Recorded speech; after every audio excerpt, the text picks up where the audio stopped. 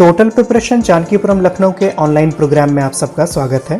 दोस्तों, साप्ताहिक current affairs के इस वीडियो में हम चर्चा करेंगे 23 मई से 29 मई तक के महत्वपूर्ण करंट अफेयर्स के प्रश्न।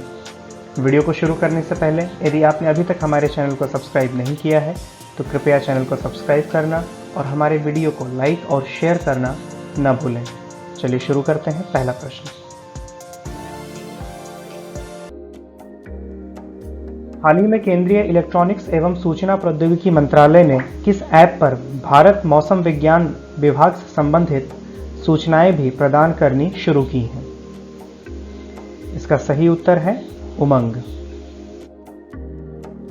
भारत सरकार के डिजिटल इंडिया प्रोग्राम के पहलों को आगे बढ़ाने के लिए केंद्रीय इलेक्ट्रॉनिक्स एवं सूचना प्रौद्योगिकी मंत्रालय union ministry of electronics and information technology ने उमंग ऐप पर भारत मौसम विज्ञान विभाग यानी कि इंडिया मेटेरोलॉजिकल डिपार्टमेंट यानी कि IMD से संबंधित सूचनाएं भी प्रदान करनी शुरू कर दी हैं। भारतीय प्रधानमंत्री ने नागरिकों तक एक ही मोबाइल ऐप के माध्यम से प्रमुख सरकारी सेवाओं को पहुंचाने के लिए वर्ष 2017 में उमंग नाम से एक एप्लीकेशन लॉन्च किया था। उमंग का पूर्ण रूप नए युग के शासन के लिए एकीकृत मोबाइल एप्लीकेशन यानी कि unified mobile application for new age governance है। हाल ही में इस एप्लीकेशन पर IMD की 7 सेवाओं को ऑन बोर्ड किया गया है। वर्तमान मौसम की स्थिति, नाउकास्ट, नगर पूर्वानुमान, वर्षा की सूचना, पर्यटन पूर्वानुमान, चेतावनी और चक्रवात जैसी 7 सेवाओं को अब इस एप्लीकेशन के माध्यम से पहुंचाया जाएगा। हमारा अगला प्रश्न है, हाल ही में ऊर्जा क्षेत्र की किन 2 कंपनियों ने अक्षय ऊर्जा व्यापार के लिए एक संयुक्त उपक्रम कंपनी बनाने से संबंधित समझौता ज्ञापन पर हस्ताक्षर किए हैं? इसका सही उत्तर है NTPC और ONGC। भारत सरकार के विद्युत मंत्रालय यानी कि मिनिस्ट्री ऑफ पावर के अंतर्गत सार्वजनिक कंपनी राष्ट्रीय ताप विद्युत निगम लिमिटेड अर्थात NTPC और पेट्रोलियम एवं प्राकृतिक गैस मंत्रालय ministry of petroleum and natural gas के अंतर्गत आने वाली oil and natural gas corporation limited अर्थात ONGC ने अक्षय ऊर्जा व्यापार रिन्यूएबल एनर्जी बिजनेस के लिए एक संयुक्त उपक्रम कंपनी अर्थात ज्वाइंट वेंचर कंपनी बनाने के लिए समझौता ज्ञापन पर हाल ही में हस्ताक्षर किए हैं। इस समझौते के अनुसार NTPC और ONGC भारत एवं विदेश में अपतटीय और अन्य अक्षय ऊर्जा परियोजनाओं की स्थापना से जुड़ी संभावनाओं का पता लगाएंगी। ध्यातव्य है कि NTPC के पास अभी 920 मेगावाट की स्थापित अक्षय ऊर्जा परियोजनाएं हैं और लगभग 2300 मेगावाट की अक्षय ऊर्जा परियोजनाएं अभी निर्माण की प्रक्रिया में हैं। साथ ही साथ NTPC समूह के पास कुल स्थापित क्षमता 62,110 मेगावाट की है। इनमें NTPC के पास 70 ऊर्जा केंद्र हैं, जिनमें से 25 संयुक्त उपक्रम सहित 24 कोयला, 7 संयुक्त गैस अर्थात द्रव्य, 1 हाइड्रो और 13 अक्षय ऊर्जा केंद्र शामिल हैं। ONGC के पास अभी 176 मेगावाट की अक्षय ऊर्जा परियोजनाएं हैं, जिसमें 153 मेगावाट पवन ऊर्जा परियोजनाएं और 23 मेगावाट सौर ऊर्जा परियोजनाएं शामिल हैं। इस नए समझौते से अक्षय ऊर्जा व्यापार में ONGC को वर्ष 2040 तक अपने पोर्टफोलियो में 10 गीगावाट अक्षय ऊर्जा जोड़ने के लक्ष्य को हासिल करने में और NTPC को वर्ष 2032 तक 32 गीगावाट अक्षय ऊर्जा परियोजनाओं के महत्वाकांक्षी लक्ष्य को हासिल करने में मदद मिलेगी। हमारा अगला प्रश्न है, हाल ही में किस राज्य ने अपने राज्य के MSMEs क्षेत्र को सहारा देने के लिए रीस्टार्ट नाम से एक नया कार्यक्रम शुरू किया है? इसका सही उत्तर है आंध्र प्रदेश। आंध्र प्रदेश के मुख्यमंत्री YS जगनमोहन रेड्डी ने राष्ट्रव्यापी लॉकडाउन के कारण प्रभावित राज्य के MSMEs क्षेत्र को सहारा देने के लिए रीस्टार्ट नाम से एक नया कार्यक्रम शुरू किया है। इस कार्यक्रम से MSMEs की 98,000 इकाइयों को लाभ होने की संभावना है, जो 10 लाख से अधिक लोगों को रोजगार प्रदान करती हैं। इस कार्यक्रम के अंतर्गत MSMEs सेक्टर के पुनरुद्धार के लिए आंध्र प्रदेश सरकार 1100 करोड़ रुपए खर्च करेगी। इस पहल से राज्य के 72,531 से अधिक सूक्ष्म, 24,252 लघु और 645 मध्यम उद्योगों को लाभ होगा। हमारा अगला प्रश्न है, भारतीय रिजर्व बैंक द्वारा जारी आंकड़ों के मुताबिक वर्तमान में भारत का विदेशी मुद्रा भंडार कितना है?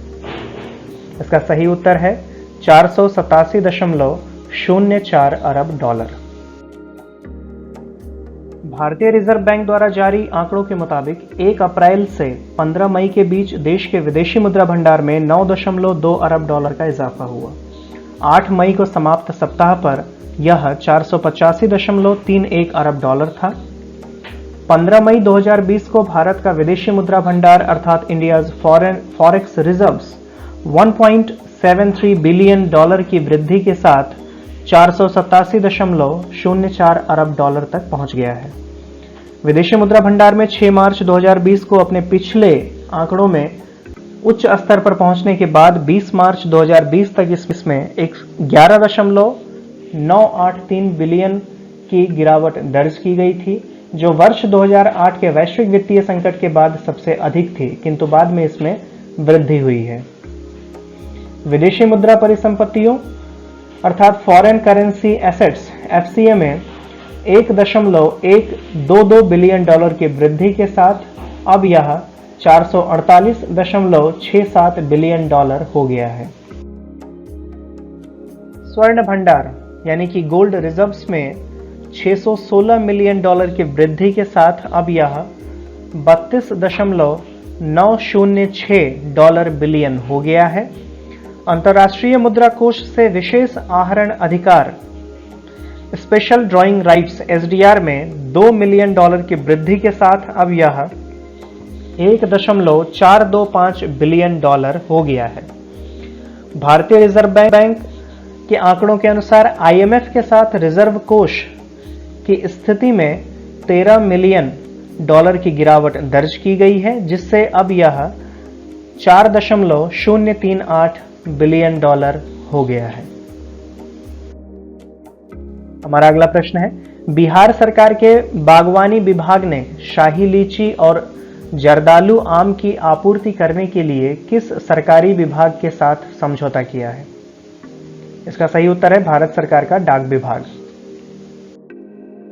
भारत सरकार के डाक विभाग और बिहार सरकार के बागवानी विभाग ने लोगों के दरवाजों तक शाही लीची और जर्दालू आम की आपूर्ति करने के लिए समझौता किया है। ध्यातव्य है कि कोविड-19 के कारण हुए राष्ट्रव्यापी लॉकडाउन में लीची एवं आम उत्पादकों को बाजार तक अपने उत्पादों को ले जाने में परेशानियों का सामना करना पड़ रहा है। शाही लीची की खेती मुख्य रूप से बिहार में मुजफ्फरपुर एवं उसके आसपास के जिलों में की जाती है, जो मई से जून तक उपलब्ध होती है। शाही लीची की खेती में लगभग 25,800 हेक्टेयर का क्षेत्र शामिल है, जो प्रत्येक वर्ष लगभग 3 लाख टन का उत्पादन करता है। वर्ष 2018 में इस प्रसिद्ध शाही लीची को भौगोलिक संकेतक अर्थात जीआई टैग प्रदान किया गया था। बिहार के भागलपुर का जर्दालू आम अपनी अनोखी खुशबू के कारण दुनिया भर में प्रसिद्ध है। आम की यह किस्म हल्की पीली परत और मिठास के लिए जानी जाती है। जर्दालू आम को सबसे पहले खड़गपुर के महाराजा रहमत अली खान बहादुर द्वारा भागलपुर क्षेत्र में लगाया गया था। वर्ष 2018 में जर्दालू आम को भौगोलिक संकेतक अर्थात जीआई टैग प्रदान किया गया था। ग्राहक शाही लीची और जर्दालू आम को मंगाने के लिए वेबसाइट horticulture.bihar.gov.in पर ऑर्डर दे सकते हैं। हमारा अगला प्रश्न है, हाल ही में किस राज्य में साइप्रिनिडे परिवार के ताजे पानी की छोटी मछली की एक नई प्रजाति पुंटियस सैंक्टस का पता चला है? इसका सही उत्तर है तमिलनाडु। तमिलनाडु के वेलनकन्नी में साइप्रिनिडे परिवार के ताजे पानी की एक छोटी मछली की एक नई प्रजाति पुंटियस सैंक्टस का पता चला है। इस मछली की पहचान एवं नामकरण कोल्लम तमिलनाडु में बीजेएम गवर्नमेंट कॉलेज के प्राणी विज्ञान विभाग के प्रमुख मैथ्यूज प्लामुटिल द्वारा किया गया है। यह मछली अत्यंत छोटी होती है, जो 7 सेंटीमीटर की लंबाई तक बढ़ती है। पुंटियस प्रजाति को स्थानीय रूप से केरल में पाराल और तमिलनाडु में केंडे के नाम से जाना जाता है। ये विशुद्ध रूप से ताजे जल की मछलियां हैं। हालांकि केरल और तमिलनाडु में पाई जाने वाली इस मछली में लगभग समानता दिखाई देती है, किंतु वेलनकन्नी में पाई गई इस मछली में शेष प्रजातियों से अंतर विद्यमान है। हमारा अगला प्रश्न है, हाल ही में किस राज्य ने खेलों को उद्योग का दर्जा दिया है? इसका सही उत्तर है मिजोरम। पूर्वोत्तर भारत के एक राज्य मिजोरम ने रोजगार सृजन के उद्देश्य से खेलों को उद्योग का दर्जा अर्थात इंडस्ट्री स्टेटस टू स्पोर्ट्स प्रदान किया है। इस निर्णय का मुख्य लक्ष्य राज्य में खेलों को पेशेवर बनाना है। मिजोरम को विशेष रूप से फुटबॉल के प्रति अपने अहम खेल के लिए जाना जाता है। फुटबॉल राज्य की सर्वोच्च football league Mizoram premier league के माध्यम से प्रतिस्पर्धात्मक रूप से खेला जाता है। वर्तमान में कम से कम 100 मिजो खिलाड़ी इंडियन सुपर लीग का हिस्सा हैं, जो भारत में शीर्ष प्रीमियर फुटबॉल लीग में से एक है। मिजोरम में देश भर के प्रमुख क्लबों के लिए फुटबॉल खेलने वाले खिलाड़ियों की अच्छी खासी संख्या है। हाल के वर्षों में हॉकी और भारोत्तोलन में भी मिजोरम ने अच्छा प्रदर्शन किया है। हमारा अगला प्रश्न है, हाल ही में 4 धाम परियोजना के अंतर्गत किस सुरंग का लोकार्पण किया गया है? इसका सही उत्तर है चंबा सुरंग।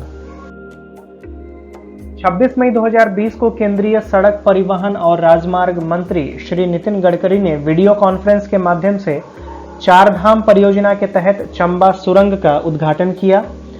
सीमा सड़क संगठन ने ऋषिकेश धरासू राजमार्ग नेशनल हाईवे 94 पर चंबा शहर के नीचे 440 मीटर लंबी सुरंग का निर्माण किया है। बीआरओ प्रतिष्ठित 4 धाम परियोजना में एक महत्वपूर्ण हितधारक है और टीम शिवालिक ने इस सुरंग का निर्माण सफलतापूर्वक किया है। इस सुरंग के निर्माण में नवीनतम ऑस्ट्रियाई प्रौद्योगिकी का उपयोग किया गया है। यह सुरंग पूर्ण होने की निर्धारित तिथि से लगभग 3 महीने पहले ही इस वर्ष अक्टूबर तक यातायात के लिए खोल दी जाएगी। 4 धाम परियोजना में केदारनाथ, बद्रीनाथ, गंगोत्री और यमुनोत्री को जाने वाले 889 किलोमीटर के राष्ट्रीय राजमार्गों के चौड़ीकरण एवं मरम्मत कार्य शामिल हैं। हमारा अगला प्रश्न है, हाल ही में किस मंत्रालय द्वारा जैव विविधता संरक्षण इंटर्नशिप कार्यक्रम शुरू किया गया? इसका सही उत्तर है केंद्रीय पर्यावरण, वन और जलवायु परिवर्तन मंत्रालय। 22 मई 2020 को केंद्रीय पर्यावरण, वन और जलवायु परिवर्तन मंत्रालय ने जैव विविधता के संरक्षण के लिए जैव विविधता संरक्षण इंटर्नशिप कार्यक्रम बायोडायवर्सिटी संरक्षण इंटर्नशिप प्रोग्राम शुरू किया है। इस कार्यक्रम में एक खुली, पारदर्शी, ऑनलाइन प्रतिस्पर्धी प्रक्रिया के माध्यम से 1 वर्ष की अवधि के लिए 20 छात्रों को स्नातकोत्तर डिग्री के साथ संलग्न करने का प्रस्ताव है। इस कार्यक्रम में राष्ट्रीय जैव विविधता प्राधिकरण यानी कि नेशनल बायोडायवर्सिटी अथॉरिटी और संयुक्त राष्ट्र विकास कार्यक्रम अर्थात यूएनडीपी एक नोडल एजेंसी के रूप में शामिल हैं। इस कार्यक्रम में सक्रिय और रचनात्मक छात्रों को शामिल किया जाएगा, जो प्राकृतिक संसाधन प्रबंधन और जैव विविधता संरक्षण के बारे में जानने और विभिन्न राज्यों और संघ शासित प्रदेशों में एनबीए की परियोजनाओं का समर्थन करने के लिए तैयार हैं और राज्य जैव विविधता बोर्डों, संघ राज्य क्षेत्र जैव विविधता परिषद के आदेशों का पालन करने में तकनीकी रूप से सहायता करने के लिए तत्पर है। हमारा अगला प्रश्न है, हाल ही में किस ऐप को गूगल प्ले स्टोर ने मंजूरी दी जिसका उपयोग केरल में शराब वितरित करने के लिए किया जाएगा? इसका सही उत्तर है बेवक्यू। हाल ही में गूगल प्ले स्टोर ने वेवक्यू ऐप को मंजूरी प्रदान की जिसका उपयोग केरल में शराब वितरित करने के लिए किया जाएगा। इस ऐप का विकास कोच्चि स्थित एक स्टार्टअप फेयरकोड टेक्नोलॉजीज प्राइवेट लिमिटेड द्वारा किया गया है। इस नव विकसित मोबाइल ऐप के माध्यम से केरल राज्य में शराब की बिक्री के लिए आभासी कतार प्रणाली शुरू की जा सकेगी। इससे शराब की दुकानों पर भीड़ कम हो जाएगी और साथ ही सामाजिक दूरी के नियमों का उल्लंघन भी नहीं होगा। इसका उपयोग केरल के बेवरेजेस कॉरपोरेशन द्वारा राज्य में शराब वितरित करने के लिए किया जाएगा। हमारा अगला प्रश्न है, हाल ही में किस राज्य केंद्र शासित प्रदेश में प्रतिवर्ष आयोजित किए जाने वाले खीर भवानी मेले को कोविड-19 महामारी के कारण रद्द कर दिया गया? इसका सही उत्तर है जम्मू एवं कश्मीर। भारत के केंद्र शासित प्रदेश जम्मू एवं कश्मीर में गांदरबल जिले के तुलमुल्ला गांव में इस वर्ष 30 मई 2020 को आयोजित होने वाले वार्षिक खीर भवानी मेले को कोविड-19 महामारी के कारण जम्मू कश्मीर के धर्मार्थ ट्रस्ट द्वारा रद्द कर दिया गया है। खीर भवानी मेला कश्मीरी पंडित समुदाय के सबसे बड़े धार्मिक आयोजनों में से एक है। यह त्योहार देश भर के लाखों हिंदू तीर्थयात्रियों के साथ विशेष रूप से कश्मीरी पंडित समुदाय द्वारा गांदरबल जिले के प्रसिद्ध रागेणा देवी मंदिर में मनाया जाता है, जिन्हें स्थानीय रूप से माता खीर भवानी के नाम से जाना जाता है। यह त्योहार हिंदू कैलेंडर के अनुसार ज्येष्ठ अष्टमी के दिन मनाया जाता है। गौरतलब है कि खीर भवानी मंदिर के चारों ओर झरने के पानी का रंग कश्मीर घाटी की मौसमी परिस्थितियों में परिवर्तन के साथ अपना रंग बदलता रहता है। हमारा अगला प्रश्न है 28 मई को किस स्वतंत्रता सेनानी की जयंती मनाई गई? इसका सही उत्तर है वीर सावरकर। वीर सावरकर का पूरा नाम विनायक दामोदर सावरकर था। इनका जन्म 28 मई 1883 को महाराष्ट्र के नासिक जिले के भागुर ग्राम में हुआ था। सावरकर इंडिया हाउस नामक राष्ट्रवादी संस्था से जुड़े थे एवं उन्होंने अभिनव भारत नामक गुप्त संगठन और फ्री इंडिया सोसाइटी की स्थापना भी की थी। सावरकर द्वारा वर्ष 1909 में लिखी गई पुस्तक the Indian war of independence 1857 में उन्होंने यह विचार व्यक्त किया कि वर्ष 1857 का भारतीय विद्रोह औपनिवेशिक शासन के खिलाफ पहला भारतीय जन विद्रोह था। 1910 ईस्वी में सावरकर को क्रांतिकारी समूह इंडिया हाउस के साथ संबंधों के चलते गिरफ्तार किया गया था। वर्ष 1911 में ब्रिटिश सरकार ने सावरकर को 50 वर्ष के कठोर कारावास की सजा सुनाकर उन्हें अंडमान निकोबार द्वीप समूह में कालापानी जेल में डाल दिया था, लेकिन वर्ष 1921 में उन्हें रिहा कर दिया गया। 26 फरवरी 1966 को सावरकर का निधन हो गया।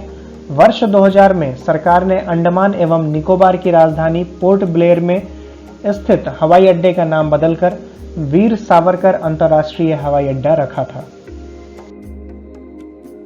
संयुक्त राष्ट्र शांति सैनिकों का अंतर्राष्ट्रीय दिवस कब मनाया जाता है? इसका सही उत्तर है 29 मई। प्रत्येक वर्ष 29 मई को संयुक्त राष्ट्र संघ द्वारा संयुक्त राष्ट्र शांति सैनिकों का अंतर्राष्ट्रीय दिवस अर्थात international day of United Nations peace keepers मनाया जाता है।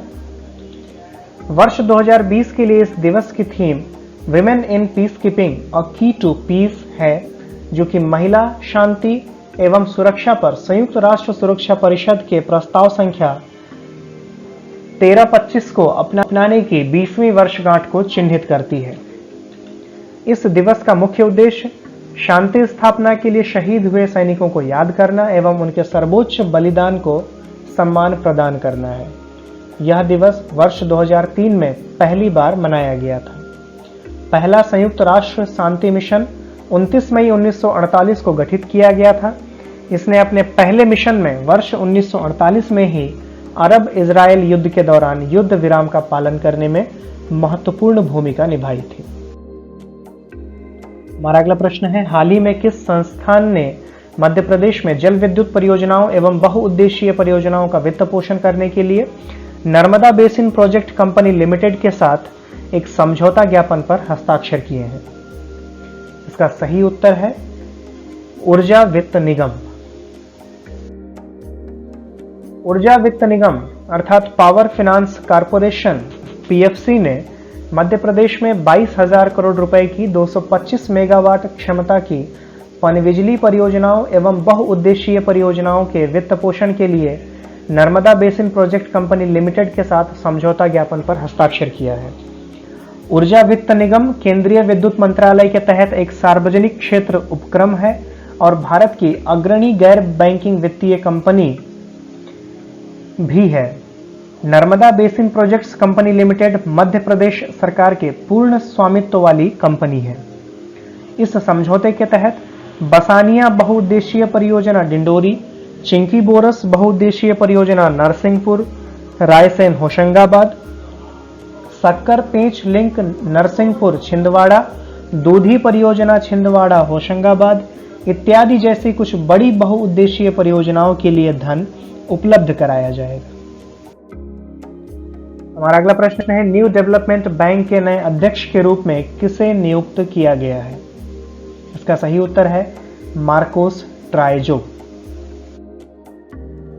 ब्राजील के पूर्व उप अर्थव्यवस्था मंत्री मार्कोस प्राडो ट्राइजो को शंघाई स्थित न्यू डेवलपमेंट बैंक के नए अध्यक्ष के रूप में चुना गया है।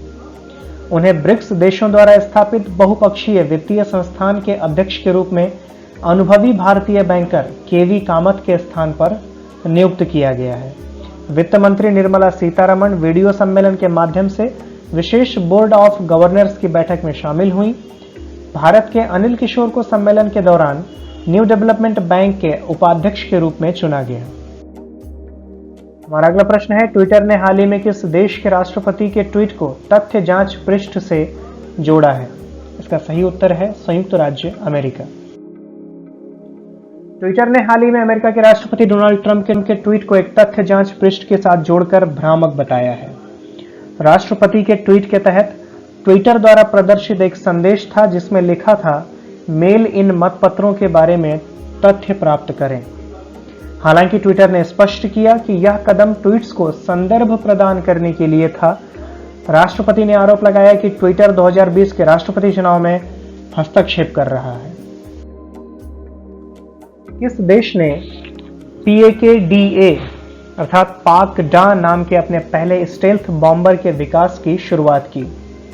इसका सही उत्तर है रूस। रूस ने अपने perspective aviation complex for long range aviation programme के तहत अपना पहला स्टेल्थ बॉम्बर विमान बनाया है। रूस वर्तमान में अपनी सेना का बहुत तेजी से आधुनिकीकरण कर रहा है। स्टेल्थ बॉम्बर ऐसी ही एक उन्नत तकनीक है। यह बम वर्षक विमान Sukhoi Su-57 supersonic fighter jet के बाद दूसरी पीढ़ी का लड़ाकू विमान है। CSIR IIIM Indian institute of integrative medicine ने किस कंपनी के साथ मिलकर एक नई RT लैंप आधारित कोविड-19 डायग्नोस्टिक किट विकसित की है? इसका सही उत्तर है Reliance industries. CSIR IIIM Indian institute of integrative medicine Jammu वैज्ञानिक तथा औद्योगिक अनुसंधान परिषद के तहत एक प्रमुख संस्थान ने रिलायंस इंडस्ट्रीज लिमिटेड के साथ भागीदारी की है ताकि एक नया RT लैंप आधारित कोविड-19 डायग्नोस्टिक किट विकसित किया जा सके। RT लैंप अर्थात reverse transcriptase loop mediated isothermal amplification kit एक नया न्यूक्लिक एसिड आधारित परीक्षण है जो मरीजों से नाक गले के स्वैब नमूने से लिया जाता है। यह एक तेज, सस्ती और सटीक परीक्षण किट है। हमारा अगला प्रश्न है, किस भारतीय राज्य केंद्र शासित प्रदेश ने लाख की खेती को कृषि गतिविधि घोषित करने का निर्णय लिया है? इसका सही उत्तर है छत्तीसगढ़। छत्तीसगढ़ के मुख्यमंत्री भूपेश बघेल ने हाल ही में राज्य के वन विभाग की लाख की खेती को कृषि गतिविधि घोषित करने के प्रस्ताव को मंजूरी दी। इससे जल्द ही कैबिनेट द्वारा मंजूरी दी जाएगी। हजारों लाख कीट मेजबान पेड़ों की शाखाओं में निवास करते हैं और लाख वर्णक का स्राव करते हैं। छत्तीसगढ़ देश में लाख के प्रमुख उत्पादकों में से एक है। इस कदम से लाख की खेती करने वाले किसानों की उत्पादकता और ऋण उपलब्धता बढ़ेगी। हमारा अगला प्रश्न है, किस भारतीय अमेरिकी ने New York intellectual property law association से inventor of the year award जीता है? इसका सही उत्तर है राजीव जोशी। भारतीय अमेरिकी वैज्ञानिक राजीव जोशी को New York intellectual property law association द्वारा प्रतिष्ठित इन्वेंटर ऑफ द ईयर पुरस्कार से सम्मानित किया गया है। वह IIT मुंबई के पूर्व छात्र रहे हैं। प्रेस ट्रस्ट ऑफ इंडिया के अनुसार उनके पास अमेरिका में 250 से अधिक पेटेंट आविष्कार हैं और वर्तमान में न्यूयॉर्क में IBM Thomson Watson research centre में काम कर रहे हैं। उन्हें इलेक्ट्रॉनिक उद्योग में उनके योगदान और कृत्रिम बुद्धिमत्ता क्षमताओं में सुधार के लिए इस पुरस्कार के हेतु चुना गया है। हमारा अगला प्रश्न है, हाल ही में सुर्खियों में रहे भारतीय विवाद समाधान केंद्र अर्थात IDRC का मुख्य कार्यालय कहां स्थित है? इसका सही उत्तर है नई दिल्ली। सर्वोच्च न्यायालय के पूर्व न्यायाधीश और सिंगापुर के इंटरनेशनल कमर्शियल कोर्ट के जज AK सीकरी ने हाल ही में भारतीय विवाद समाधान केंद्र अर्थात इंडियन डिस्प्यूट रिजोल्यूशन सेंटर का उद्घाटन किया। IDRC कुछ सॉफ्टवेयर पोर्टल्स के माध्यम से पेपरलेस विवाद समाधान वातावरण प्रदान करता है। इसके मध्यस्थता पैनल में सर्वोच्च न्यायालय, उच्च न्यायालयों, जिला अदालतों के न्यायाधीश और वरिष्ठ अधिवक्ता, पूर्व नौकरशाह और चार्टर्ड अकाउंटेंट शामिल हैं। IDRC देश में रणनीतिक रूप से वाणिज्यिक स्थानों पर स्थित है और इसका मुख्य कार्यालय नई दिल्ली में है। अंतर्राष्ट्रीय प्रसूति फिस्टुला दिवस 2020 की थीम क्या है? इसका सही उत्तर है लैंगिक असमानता समाप्त करें, स्वास्थ्य असमानताओं को समाप्त करें, फिस्टुला अब समाप्त करें, अर्थात and gender inequality and health inequalities and fistula now. संयुक्त राष्ट्र 23 मई 2013 से अंतर्राष्ट्रीय प्रसूति फिस्टुला दिवस मना रहा है। प्रसूति फिस्टुला सबसे गंभीर घावों में से एक है जो बच्चे के जन्म के दौरान हो सकती है। यह स्थिति प्रभावित महिलाओं को संक्रमण या अन्य स्वास्थ्य स्थितियों से आसानी से ग्रस्त कर देती है। महिलाओं को समाज में सामाजिक कलंक का भी इससे सामना करना पड़ता है। इस दिन को इस मुद्दे के बारे में जागरूकता बढ़ाने और दुनिया भर से समर्थन जुटाने के लिए मनाया जाता है। हमारा अगला प्रश्न है, किस भारतीय राज्य अथवा केंद्र शासित प्रदेश में प्रवासी श्रमिकों के कौशल की पहचान करने और रोजगार प्रदान करने के लिए एक प्रवासन आयोग का गठन किया जा रहा है? इसका सही उत्तर है उत्तर प्रदेश। उत्तर प्रदेश की राज्य सरकार ने घोषणा की है कि वह प्रवासी श्रमिकों के कौशल की पहचान करने और उन्हें रोजगार प्रदान करने के लिए एक प्रवासन आयोग का गठन करेगी। सरकार ने प्रदेश वापसी करने वाले श्रमिकों को बीमा और एक नौकरी सुरक्षा योजना प्रदान करने की भी योजना बनाई है। इस महामारी के दौरान 23 लाख श्रमिक और प्रवासी राज्य लौटकर आए हैं। प्रस्तावित प्रवासन आयोग प्रवासियों के कौशल की जानकारी प्राप्त करेगा और उन्हें प्रशिक्षण, रोजगार और ऋण सुविधाएं प्रदान करेगा।